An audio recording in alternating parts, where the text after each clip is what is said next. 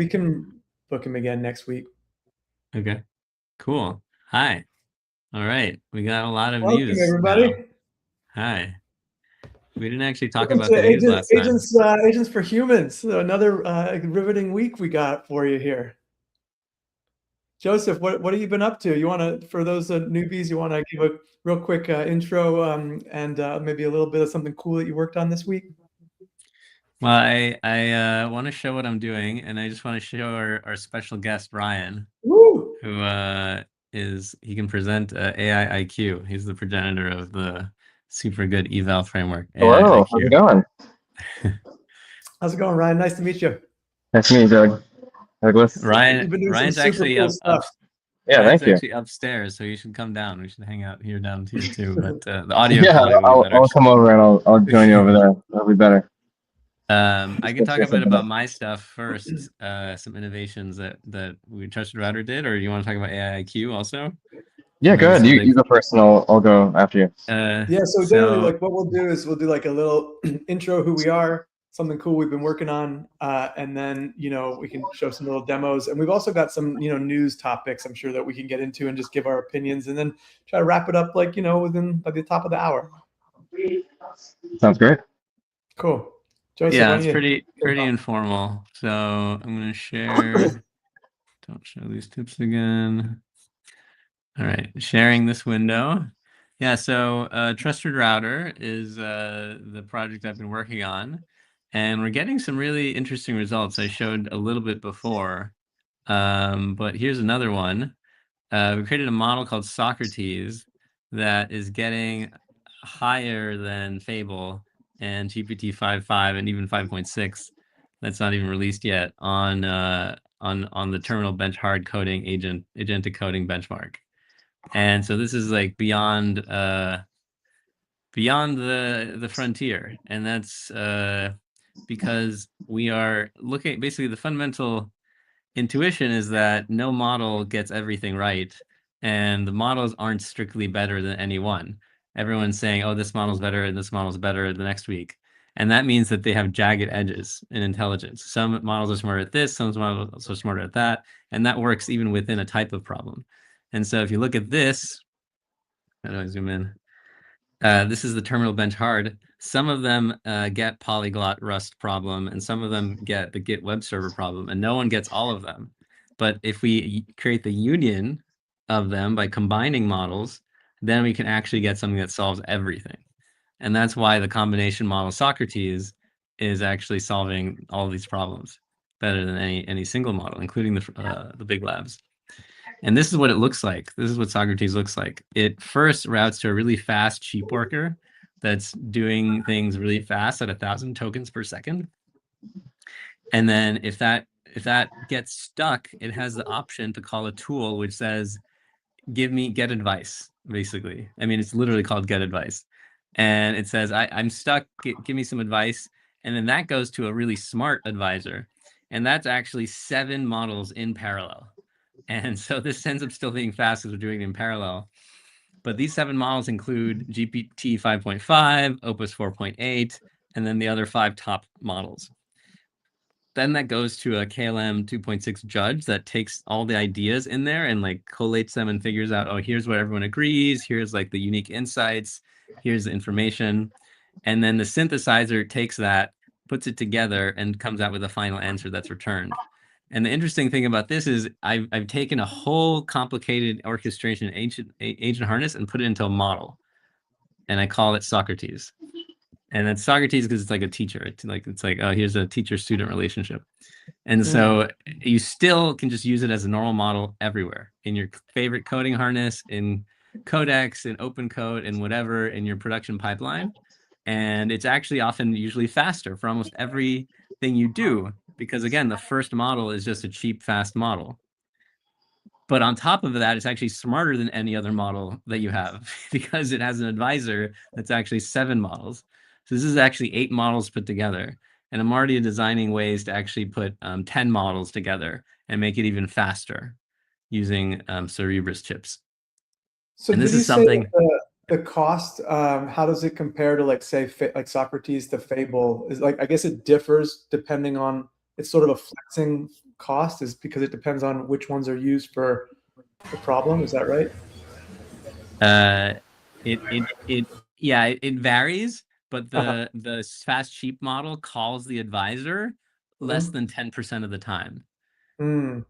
So because of that, it ends up being still cheaper than calling Opus 4.8 actually. And so it ends up being faster, cheaper, smarter. That's incredible. By combining all the models. And this is something that big labs can't do because they're focused on, how do you say, it's like a monotheistic religion. They're saying, oh, there's only one God, there's only one Claude, and there's no other, any other Claude is a false Claude. And actually, if we're moving toward polytheistic, it means we're going to have a ton of models and a ton of providers and a ton of chips. It's not going to be a monopoly of just one model or even one AWS, not one, NVIDIA chip. It's going to be Cerebrus. It's going to be Grok. It's going to be this other chip that just launched today called Etchy. And by doing that, but even any of them are not going to be perfect. So actually the best thing is to use a trusted router and route to the best task at every moment. And that's what we're providing now. And this is kind of the vision. So what if you can create your own combo model?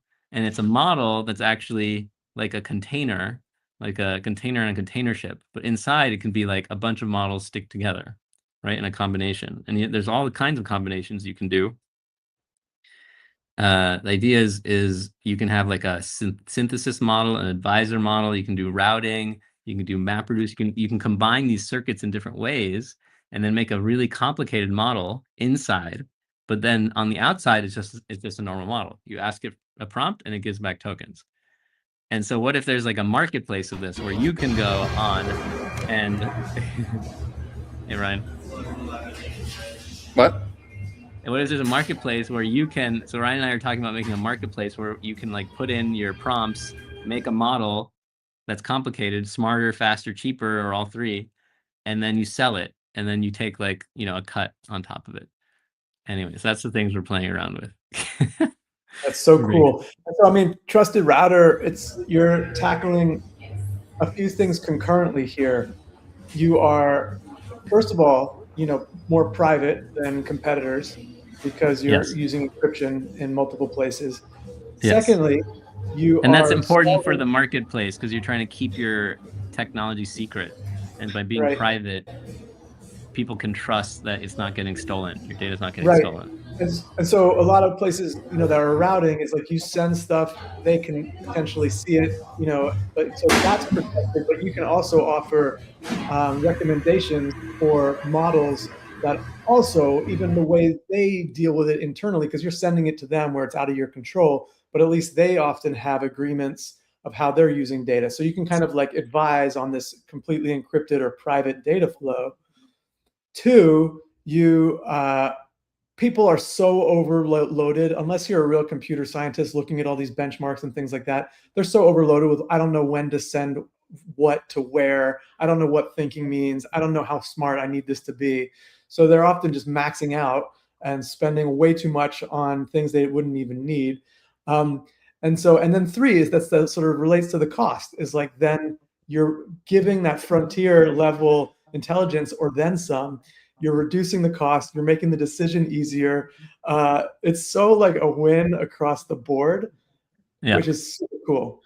And the privacy on top of that, which is just like, it's just incredible. Yeah. And Ryan's coming down now, but I wanted to represent AI IQ, which is really cool because I used it to help inform me on what model to use. Because when you have hundreds of models, like on Trusted Router, you can put, and there's literally millions of combinations you can put them together in. And so which one do you decide? Do you decide this cheaper one, but maybe it's less intelligent? So here's that website. And then and another big thing about what I'm doing is that since last week, everyone's talking about open source, right? Yeah. Everyone's talking about moving from Claude to an open source model, both in enterprise and among the open source crowd. Everyone I talk to, all of our customers are like, yeah, we need open source. And that's the best way, the easiest way to use that with trusted router. A lot of people in legal and financial services and healthcare want to use trusted router because it's encrypted, and again, you're confident that the data is going to be secure. And yeah, that's what we're pretty excited about. That's so awesome. Well, so maybe it's like the secret sauce. You don't want to talk about it, but are you helping? We're all open source. Everything's open source, by the way, on trusted router, so you can have full faith and trust in it. Oh, that's awesome. So are you using benchmarks to determine where to best send specific requests? Are you using other benchmarks to be like, oh, that's the right request for this model? That's a good question. We haven't built the router model yet, where you give it a prompt and it figures out which other model or a combo model to send it to. But Ryan wants to build something called like Task IQ, where it figures out what to send it to, and it sends it one or the other. Socrates, like it's realized, like you showed us that grid or like the check boxes, like something's not good at Rust or whatever. Like, is it determining that from the actual prompt itself? Is it like how is it determining, or is it like it's not getting all of the answers and then like compiling the answers from all of them, is it? It depends on the model, but the advisor model, the base model decides when to call the advisor, and it's intelligent. I mean, the models are intelligent enough today that they can just know when they don't know something and then ask the advisor. So that's part of actually the whole vision I have about Claude Virtual Machine. So instead of writing code that figures out how to connect everything, the models themselves are going to have the intelligence to decide when to do that. And then when it goes to the advisor, which is a Prometheus model, or a Zeus model, actually, which is a panel of 7 every top model, that is calling all of them in parallel for each agentic step. It's calling all of them, analyzing all the answers, and then going. That's incredible. So I'm just putting a little comment on our message board with those links and a little bit of context.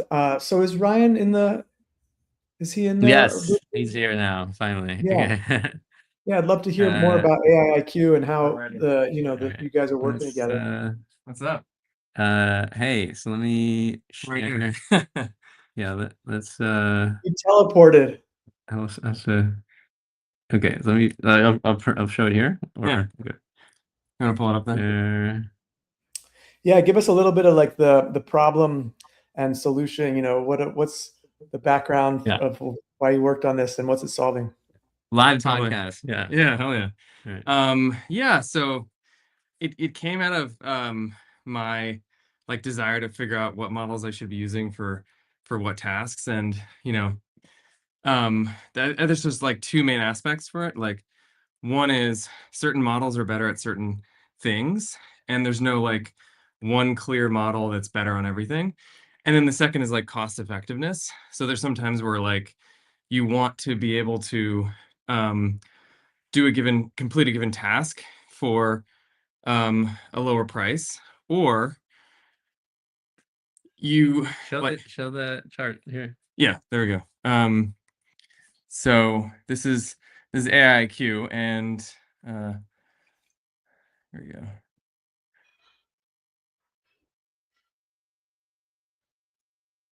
It's showing just this. I was showing just this corner. It's showing just that. Oh, just this right here. Okay. Oh, just this window. Got plus it. Yeah. Here we go. So can we see this right here? This is a larger version. You still see it, Dougie? Do you see the full chart? See it. The text is really small, but it's like full screen now. I don't know if you can make it. Can you zoom in? All right, let me just zoom in here. Like that. I'll just zoom this. There we go.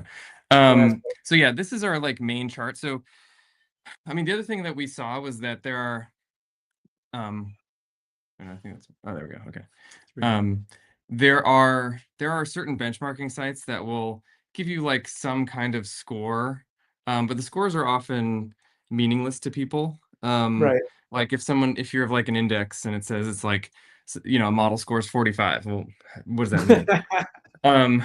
So what we try to do here is have some value or score that's actually meaningful to people, and we decided to do like IQ. So because that's like an interesting reference point for people, right?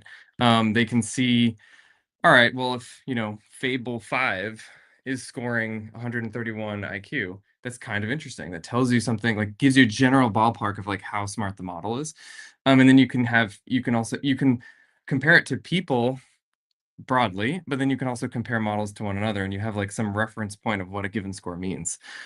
And then we develop the IQ score based on this. It's like composite IQ based on these different IQ dimensions, like mathematical reasoning, scientific reasoning, abstract reasoning, so on.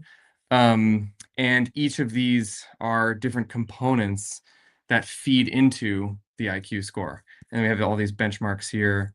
There's a ton of individual benchmarks that you can go and see. But the idea here is like just to figure out like what are the best models for your use case, so that you can go in and know what models to use for what.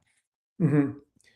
So like, practically, it's really interesting. So it's one thing if we're just chatting with these sort of prompts we don't use repeatedly, like then it's like, hopefully we learn in time like what we need. But like for something, for example, that's going to be run 100 times a day or like 1,000 times, like this part of some automation, that's the kind of place where we can really bring down costs if we know the right one to use. I remember I built an app and there was like simple stuff, and I was like, okay, let me get the cheap simple models, and then there was some smarter stuff. I'm like, okay, use the smart. That was my best guess, but like I never really like knew where to go and be like, hey, here's my prompt, like which model do you recommend I use to get the fastest, cheapest, best needed for this level of complexity? Is there some sort of aspect, like some sort of UI like that, where I can ask AI IQ, like, hey, what should I use for this prompt? Yeah, we don't have that yet, but that is something that we want to add. Cool. Launched that today. Yeah. Yeah. Is there? Can you give us a good example of a type of task that you've had, and we can kind of? Yeah, sure. Like you could think of like two things. It's like, hey, I've got this hour-long transcript. Can you summarize it into takeaways and action items? Versus, I've got this hour-long transcript. Can you pull out like a full-on, not just that, but also research some of the companies we've talked about, put them in a matrix of like, I don't know, competitor and analysis or gap analysis, like a little bit more of like a robust. So like same thing you're working from, but like a lot different output you want.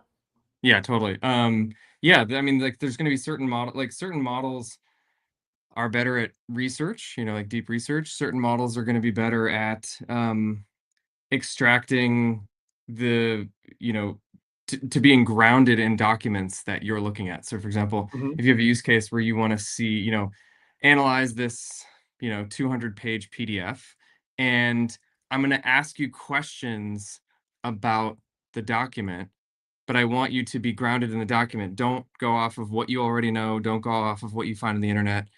Because there's some domains in which like you might have a document with research that is cutting edge, that is beyond what is publicly available, and you don't want the model to contradict the document. It turns out that there are generally models that are really good at this type of task will be worse at certain types of knowledge or research tasks, and vice versa.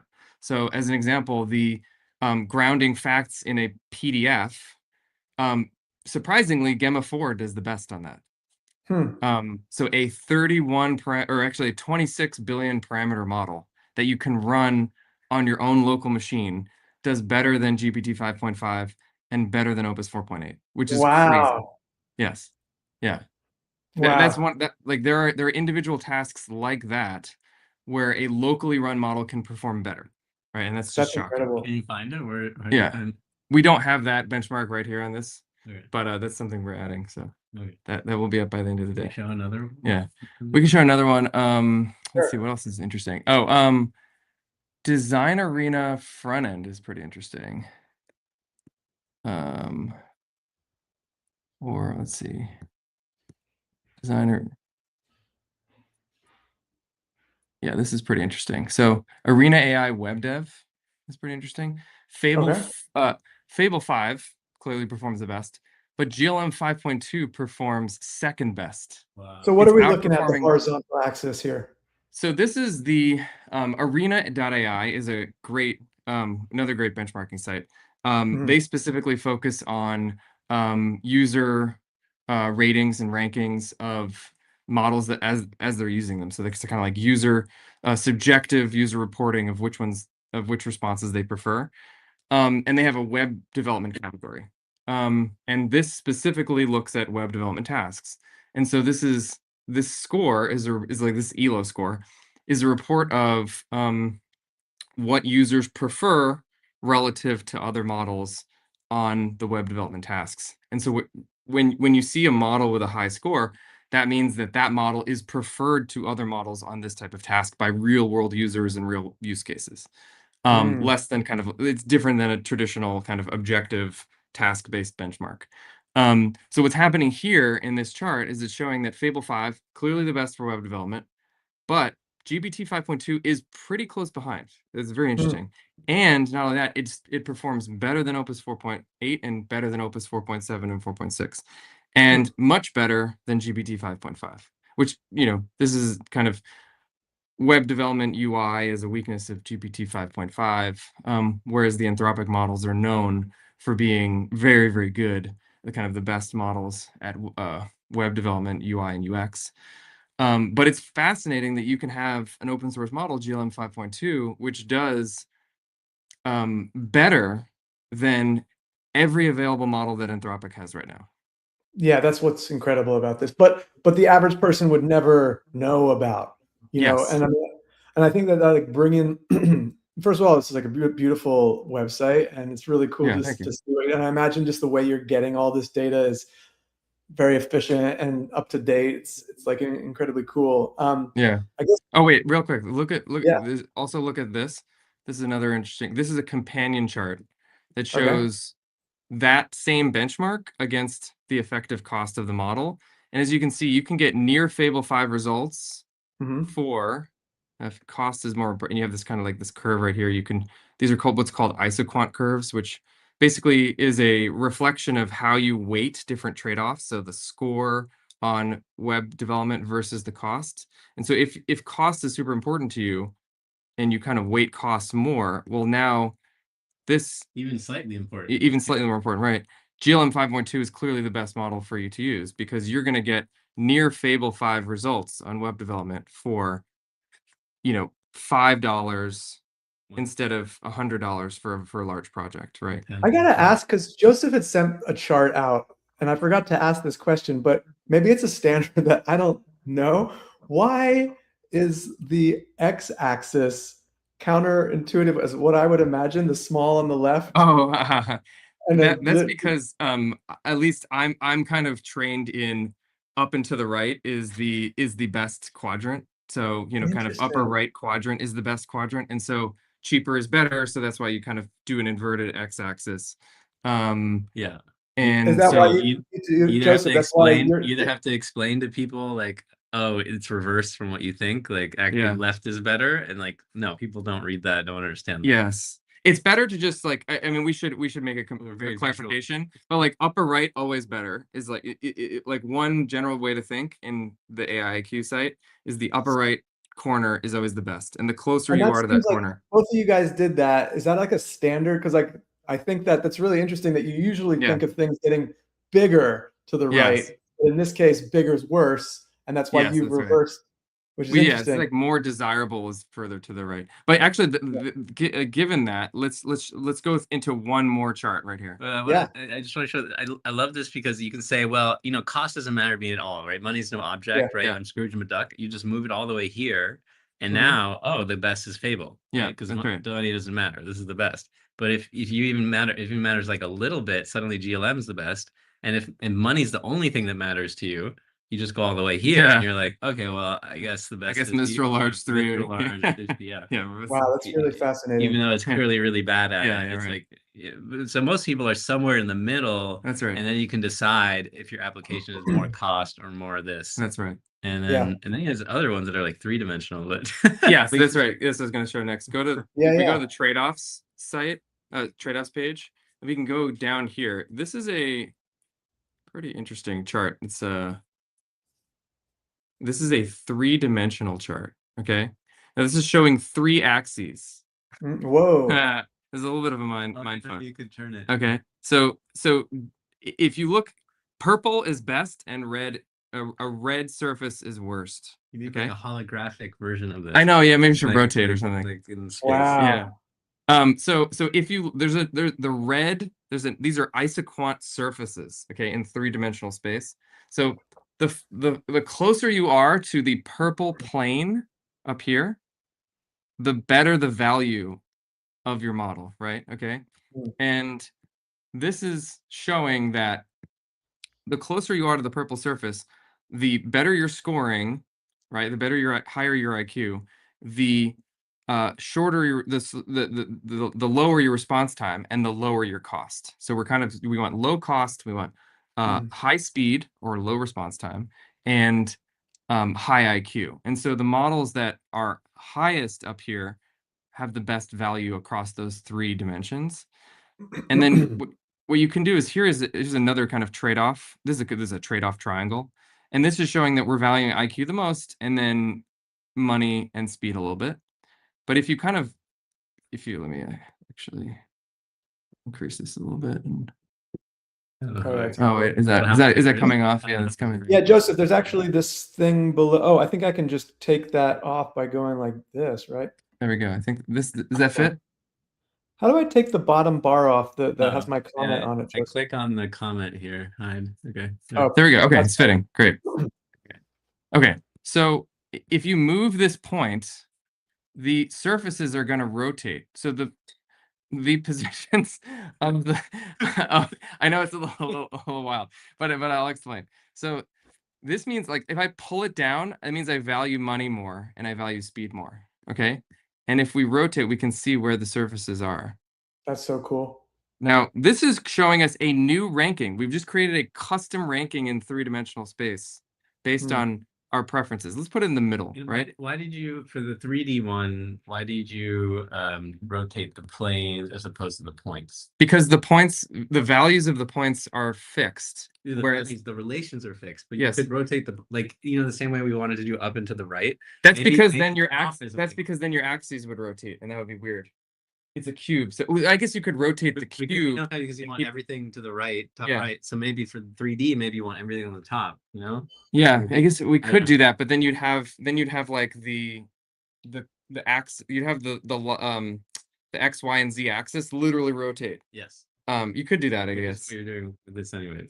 Well, I'm rotating the planes in this case. Yeah, you're either rotating the planes or rotating the axes. We could try that. I'd be curious. I like your idea about rotating it slowly. Yeah, and that's very futuristic. Yeah.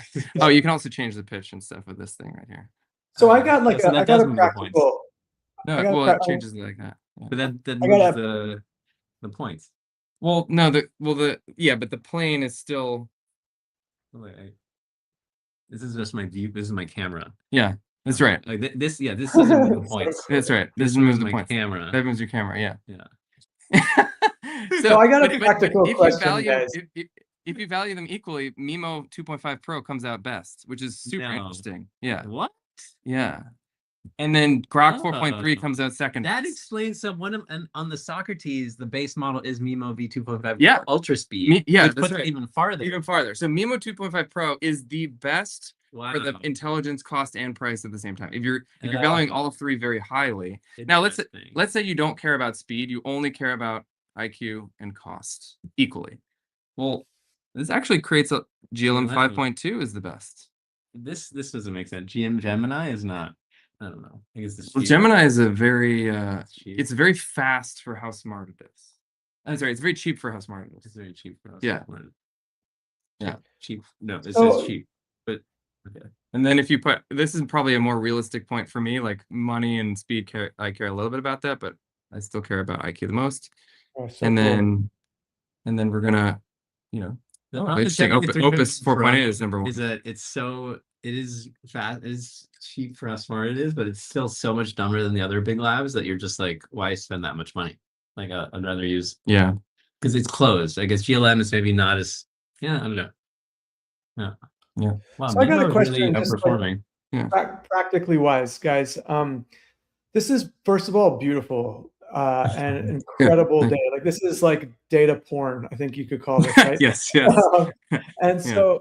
so that's amazing. And there's plenty of data, folks that would want to review this and explore it and like geek out on it and probably glean insights from it, like, and what to use their tools. Now, a lot of people, it would be an overload for. They just need the facts. They just need the result, right? And so I'm bringing it back to the agentic, topic, which is like part of like what we love to talk about here. I see at the top you got API. You can access your research in the through API. So as we move to this future where we're interacting increasingly less, perhaps with some sort of visual UI, we're increasingly interacting possibly either with text or even voice with our agents who are going off and doing our bidding, that we just want to find what it needs to find to do the best job it needs to do. Is the potential that, and it sounds like the potential also to both connect agents with trusted router, with AI IQ. That's and right. like, hey, Yes. Yes. router, Exactly. I got this project I'm working on, and it can go through a company like Trusted Router or anyone else who wants to partner with AI IQ, connect with either API or MCP or whatever, get the decision that it needs, like get the plan with models from you, and then without ever knowing what happened, I got the exact perfect model for my needs. If I don't even want to know, or if I'm more technical, I could get like this granularity. Is that part of how you see this working? Is like, tell me a little bit about ways to use this other than just visually and like exploring in this way that you've thought about. Yeah, that's right. I mean, that's exactly what Joe was mentioning with the Task IQ thing that we were thinking of collaborating on, where we would be able to kind of spin up a combo model, advisor model on the fly based on the type of task that you're presenting the model. And so it could kind of call the AI IQ API, pull down the latest information, decide what is the main model that should be working, what the advisor model should be, that the model should be able to consult, or kind of set like what's a panel that it should construct as an advisor panel, and so on and so forth, or use any of the different kind of primitives that Joe was talking about. So we kind of envision some interesting collaboration between Trusted Router and AI IQ to produce the best possible serving of models to the user. Right. Thanks for giving us that idea. I know we've been talking about that. Totally. I'm a product guy. I'm always thinking of like how to like turn these technologies into products. But yeah, so I can also see like this amazing potential of like I'm dealing with OpenClaw right now, and it kind of goes into this box. I have no idea what it's doing, and so this is it's something really valuable, especially as things like cost. We talk about this, Joseph and I, every week. It seems like, as subsidization of these tokens begins to be not as realistic, this importance to businesses, to everybody, of running their OpenClaws or their internal company processes, cost is becoming increasingly important. In the age of real token prices, right? Yeah, I think it's also helpful because if the top labs see that there are people have these options available to them that are low cost and high performance, then they're probably less likely to end their subsidization. Interesting. Yeah. I mean, because that's a calculation for them, and I don't. You think less likely? I think they're less. I think if they knew that they didn't have to.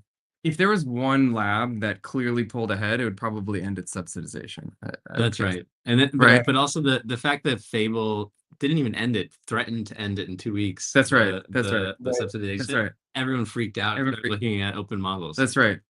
So I think even if you have competition that is not quite as good, it provides a check on runaway pricing. Although now, again, with Trusted Router, we do have things that are even better. So why that's another dimension. I mean, you can get near performance for much better cost, or you can get better performance with a combo model. So those are both good. Still lower cost.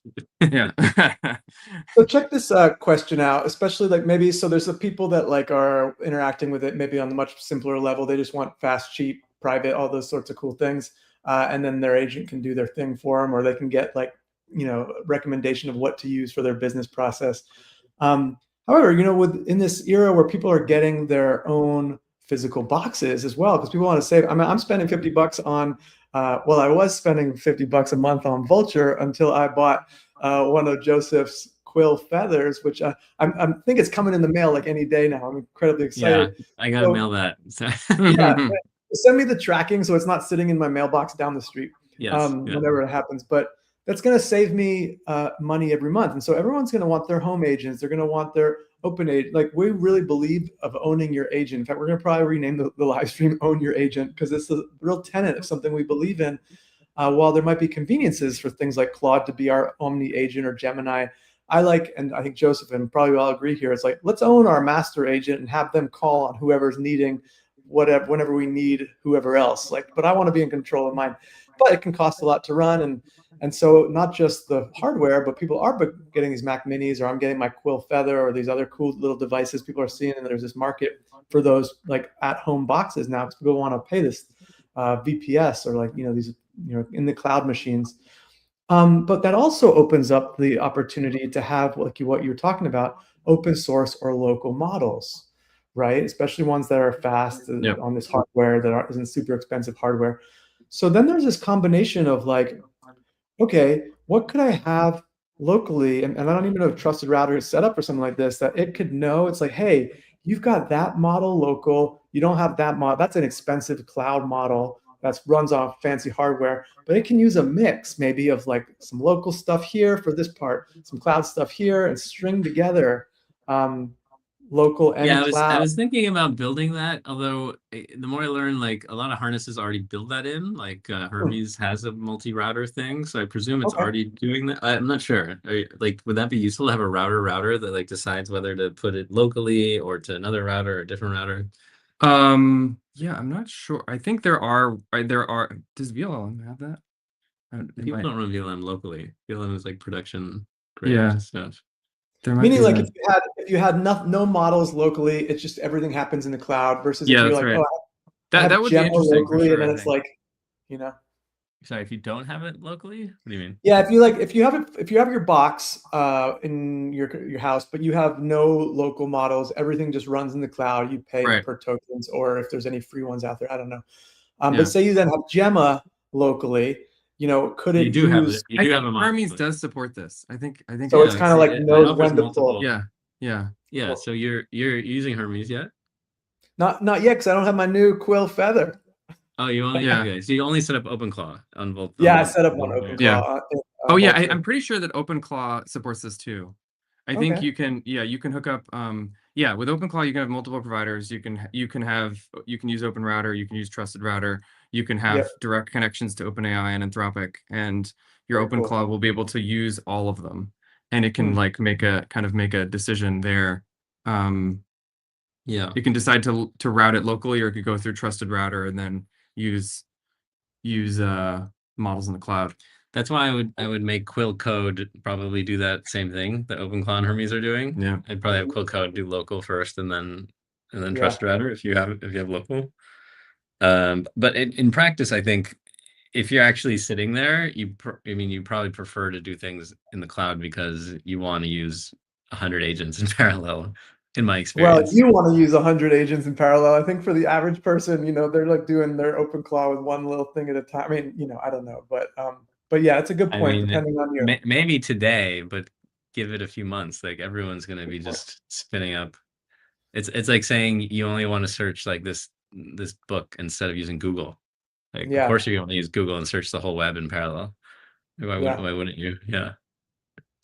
Well, guys, I wanted to ask something, but go ahead if you were going to finish. But I wanted to ask, you wouldn't. The reason you're only doing one at a time now is because we haven't figured out the ease of use convenience for someone to spin up 1,000 in parallel.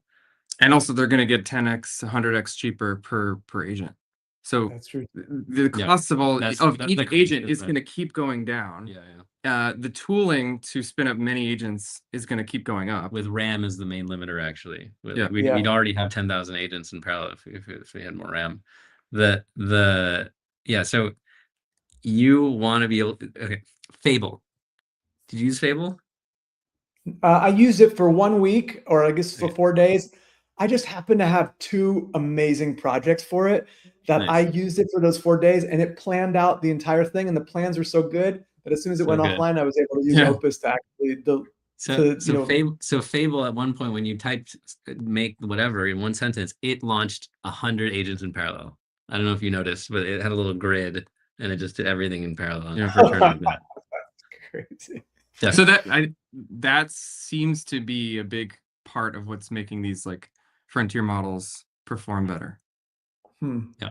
And so if you wanted, you can do stuff locally, but it's not going to be anywhere near frontier, because what's going to be frontier is if you run 100 talking to each other in parallel in the cloud. And that's improving both the speed at which it can deliver results and also the quality of the results when it spins up 100 agents. Is it doing both of those? It's doing both. It's the same, and it's the same reason why trusted router combo models are better, because when you use more models in parallel, you're faster, cheaper, and smarter. And we have more control also when we do harness engineering as well.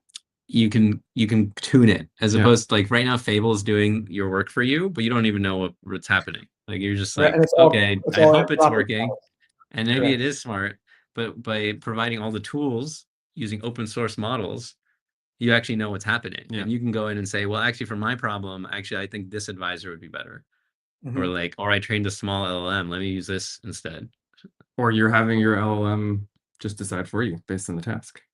Actually, that could be interesting. So instead of just OpenClaw using a local and that, or the cloud, I could build into Trusted Router a callback where you could be running your own combo model, and then for one part of it, it calls back to your SLM on your local machine. Yeah, that's what I was thinking. Like, that sounds really cool. Like cloud to desktop. Yep. Yeah. That's interesting. That could be interesting. Because then you are still harnessing. Then it's still like it's leveraging Trusted Router, but Trusted Router just knows where to get the information from. Yeah. Totally. All right. So I wanted to talk briefly about something that came up this week that I think a lot of people are unclear on. Because everyone's like learning in different stages, and I'm part of some groups that beginning to get around this concept of what I think you guys are much more familiar with, and people who are doing things like using 100 agents, this idea or concept of loops. Okay. And so the more people are talking about loops, more people are talking about, outcome. So it went from like this prompt engineering, and it's like, here's what I copy my human workflow. And it's like, whatever, but your human workflow might not even be great. In fact, you're teaching AI sometimes a subpar thing. And this idea of like outcome prompting, where you really like, hey, I want this thing, find the best way to solve it, or like whatever. This concept is of loops. Can you explain it? How have you leveraged it in your work? Is this part of the thing that you're using to run agents for days? Like, for those that don't understand the concept of loops, because it's relatively new, maybe you can clarify. There you go. I've been using a loop to make Quill Code, which is our Codex clone. I went to Codex and I said, make a clone of Codex, and I set a goal, and it's looping now. That's going well. So I put in 2 copies of that going in Codex. So it's using up in Claude Code, you use like a / goal in Codex. But then I think Claude has those now as well. So I went to Claude, and then I brought in Claude because I have 5 subscriptions. So I have Claude going, looping, improving through PRs. The Quill Code is all open source, and I also have Codex going, and it's good. Claude is better at design. The Codex design is not very good. Yeah. And so these loops, whether they're called loops or goals, is like you're giving it an end result, and you're probably giving it a bunch of training of like things it needs. Because it's like that running for days, and it's not even asking you for things. Like, you need to give it a bunch up front, so it has everything it needs to go churn for hours or days, right? Yeah, so and part I of would say, what it's going to need in order to do that. Like, do you have pre-prompting where you're like, hey, I want to set you this crazy goal, but I don't even know how to give you the loop or the goal yet. Can you help me come up with the plan to then give you the handoff? Yeah, that would work. Describe that a little bit. I think the best one I've heard is you tell it, grill me, like interview me about this whole project and ask me. And then if there's anything that you don't know, because it's smarter than you and like it's asking you about things you don't know about, you just tell it, I don't know. You decide. Yeah. And then you ask it like, create a readme.md right, for the general project, create me a plan.md for executing on the goal, agents.md for context for the agents, and it'll create those three and then ask it to give you a goal command. And then in Codex, you just type in /goal and paste in that command that it gives you. I didn't do that. I didn't ask it to give me a goal command. That's a good Yeah. idea. And so with that, cool. so you kind of, you have it interview you, make sure that it has the right context. You prompt it to create those three documents and the goal command. You should use voice mode for the interview. Yeah. You should have an interview with voice. And then so you can get started with a super simple. It sounds daunting to try to put together like a loop to be able to run. But the best, if you're going to start with something to just as a demo, just have it say like, hey, I want to create this type of app. And here's a reference app, you know, for, you know, you don't want to, ideally probably don't want to tell it to exactly copy that app, but I told it to use computer use to look at Codex to see how it works. You tell it to use computer use. But I did it. I told it also to do deep research on Codex. Yeah. Like go over the whole and figure out how all the features in Codex, make a list, and then make a table in the repo that says what the feature is, why it's building it, a test. It's like a workflow test, and whether it's completed. Probably also give it a caveat. It's like, hey, just make sure it's kind of legally distinct, and so you're not like, you know. But aside from that, it's able to actually like check functionality, look at other apps in in this space, and then you can have it create like a Google Sheets type application or whatever you want that's yours and is local and is private. And so you can have it like kind of make any app that you want, and it'll run in the loop and it'll make it, and then you have it. Incredible. But the clearer your instructions, which you can help Codex or Claude Code help you get those instructions, and the more that it's able to check through the browser, like both the reference app that you're referring to and the app that you're building, it needs to be grounded in the goal, like the actual like. And it needs to be grounded in its current progress and be able to see in the browser, see the state of what it's built. Very cool. Yeah. So you're giving obviously like, so it's browser control, or if you're using, you know, OpenClaw using like Playwright or something like that. So it can see, you give it a login for both the tool that you're referencing, and it can explore that, as well as the, you know, the login or like a full control over your development environment, so it can pull up its little local experiments and click through and explore what it's created and kind of cross-reference and run its own tests and keep checking itself and just run with it. Is that kind of what we're looking at? Right. Yeah. Neat. And so you're basically then, it sounds like that more work you can do up front to give it everything you need. And it's funny, Joseph was saying interviews by voice. Personally, what I do is I started realizing when it suddenly created an essay of questions, like I have all the things I need to get started except these 20 questions. And it's like this big list of wall of text.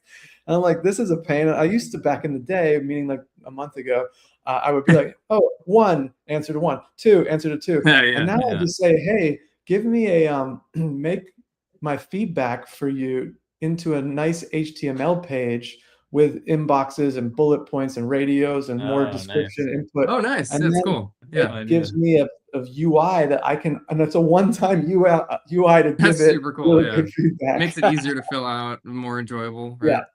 And that's in the Claude app.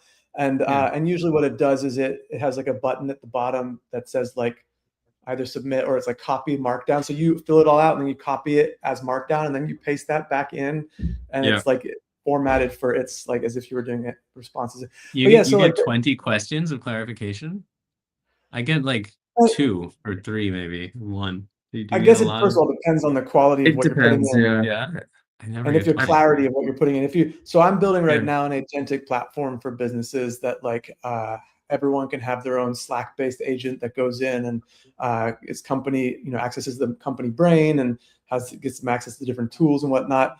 So it's very much like I'm developing this thing from scratch, looking at different products and being like that's the thing I was thinking about when we started talking about loops. Is like I built the structure. It's now like ready to play in.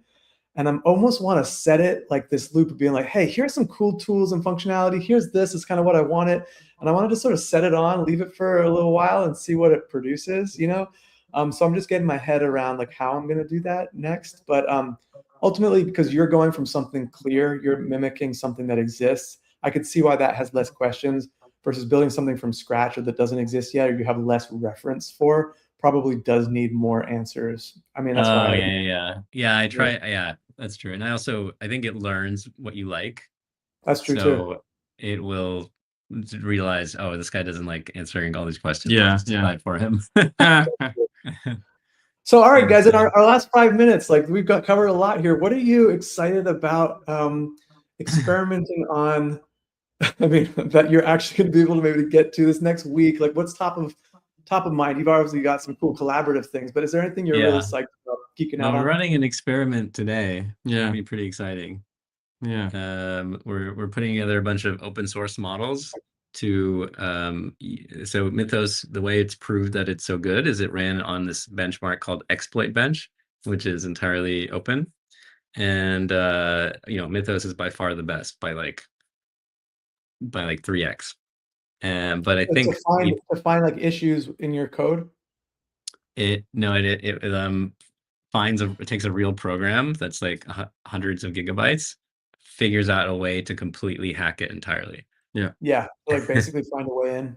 Stream together exploits, and it's very complicated. Yeah, and it takes 8 hours per task. Wow. And so even the AI takes 8 hours. So this is like incredibly complicated stuff. It can take like $1,000 per task. Wow, many thousands. So we think though with the combo models we can actually crack it as well as Mythos, which would give us a super class device. Yeah, using purely open source. This is a great question. So I maybe begin wrapping up on today if the results are good. Yeah, we're running it as we speak. Yeah. Mythos came out or at least started being released. They're like, we can't release this yet. We're only releasing it to governments and like top trusted, software folks and whatever. And that's great. And that was responsible. And then it came out and then maybe some stuff happened and then they kind of pull it back, or maybe it was just fearful that it could happen. But the reality is that it's going to come out again. And the further reality is that it's only a couple of months until that level of technology, or sooner, with Trusted Router or these other folks using Fusion, the method, that it's going to be out, right? Do you think the only answer to actual security is democratizing access versus like controlling access? Because ultimately, if you control access, the average person just can't do their biology research or like code enrichment, versus the bad actors, they know how to pretty much get it, and you're actually worse off having more access to more people. Well, I tried to when I had Fable, I said, hey Fable, like look at Trusted Router code, figure out it's open source. I need to fix the bugs, fix the security, find a way that people can hack in. And then it said, sorry, I can't help you. Yeah. How is that helpful? Yeah, it's not. So the Mythos level would have been able to do it, but the Fable model that we got was limited because they don't want people hacking other things. And in doing that, but I can't even secure my own things. Yeah. I think it's a problem. And look, I think it's a genuinely challenging thing. I get what they're trying to do. I get why they're controlling it. They're worried if they make it generally available, then everyone's going to start hacking everything. But it's a tough question, but I don't think that's the right answer. I think we need to figure out a way to have models that are very capable of fixing all of our software widely available. And so it's challenging. We have to figure out how to prevent widespread hacking, but I want to harden. We want to harden stuff. We have to figure out a way to do that. So I mean, that's the thing. There's going to be some bumps, like with everything, whether it's jobs or like energy usage or like environmental things, like or hacking. There's going to be bumps. There's going to probably be some big bumps that are going to be like eye-opening things. But just like there were with any technology, this technology is moving so fast. That's what makes a lot of people concerned. Is like, it's not like things that just like, well, a little bit slow and then it worked that out and the next thing was a problem. But like a lot of things are happening really fast. So I get that. But the reality is that I think democratizing, that's what I mean by it's like democratizing access to this stuff so people can fix their own things, so more companies can plug their own holes, and to try to like get ahead. How can you own your Are you unmuted? Yeah, how can you own your agents if you're not democratizing? I know. Yeah. You're not Own your agents, baby. I think there's another thing that could be helpful, which is in 1 minute, just to okay. just be Just going on GitHub and submitting a lot of patches and kind of using things like that. yeah, they can go do that. Everyone can do Yeah. that. But anyway, yeah. Guys, this has been so cool. Yeah. Honestly, Ryan, thank you for coming and showing your stuff. Yeah, for sure. Thank you for having me. You guys cook up, and it's been another fascinating session. Maybe the last time this is Agents for Humans, and next time it's just gonna be own your agents, because I really think that's something we connect on. We do not want to be dictated what we need to do, and we want access to what we need, and at the best, cheapest, most intelligent, most private level possible. So kudos, you guys keep up the good work. Totally. I think that's the theme of the rest of the year for the world. Own your agents. Yeah. I love that. Cool. All right. Love that. All right. Ending stream.